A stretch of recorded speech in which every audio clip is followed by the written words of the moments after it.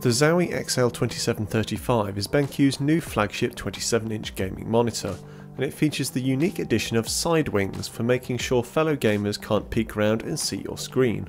It's certainly intriguing, but does that make it a must-buy? I'll get to that shortly.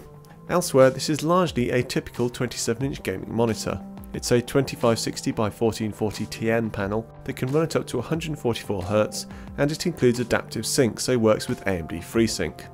Because it's not G-Sync, you aren't limited for connectivity, so you get two HDMI and a DVI, as well as the DisplayPort that you'll need for FreeSync.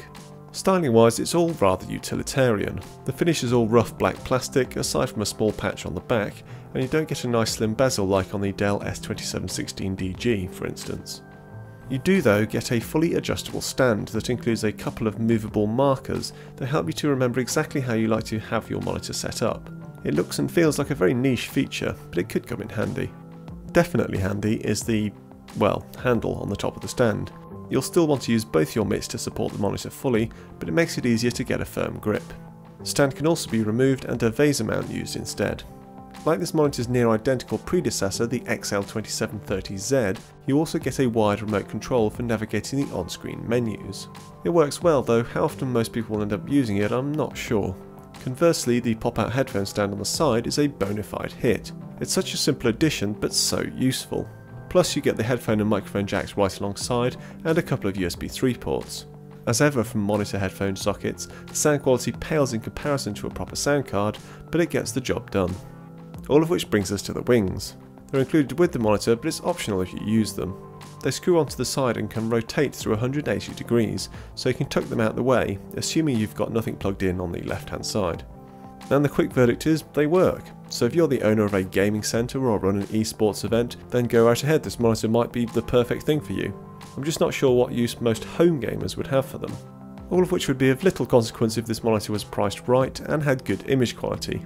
Sadly, it has neither of these things. Image quality out of the box is atrocious.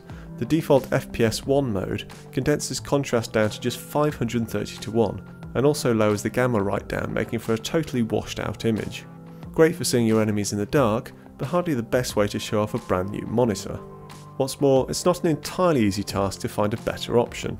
Switching to the standard picture mode improves contrast, but colour temperature is still far too high and gamma too low. I ended up having to adjust the gamma option all the way up, turn off the image processing input lag reducing instant mode, and opting for manual colour temperature adjustment to finally get the picture in check. After all that's done, it's okay. You get the usual problems associated with the TN panel, such as poor viewing angles, a slight shimmering look to blocks of colours, and less text clarity than with IPS, but it's comparable to most other TN panels. It just shouldn't take so much effort to achieve that baseline result. Plus, considering it's a true 8-bit panel rather than 6-bit, I'd expect it to deliver better than 90.4% sRGB coverage, considering the Asus PG278Q manages 100%. And then there's the price. Right now it's selling for £600. That's absolutely crazy money for this quality of display without G-Sync, which usually adds an extra £100 or so to the price. For that money you can get the far better PG278Q, which includes G-Sync, or the Dell S2716DG is another G-Sync alternative for £500. Heck, you can even get the 144Hz IPS and FreeSync equipped Acer XF27HU for under £400. As such, this BenQ feels completely overpriced right now. Wait until it drops closer to £400 to even consider it.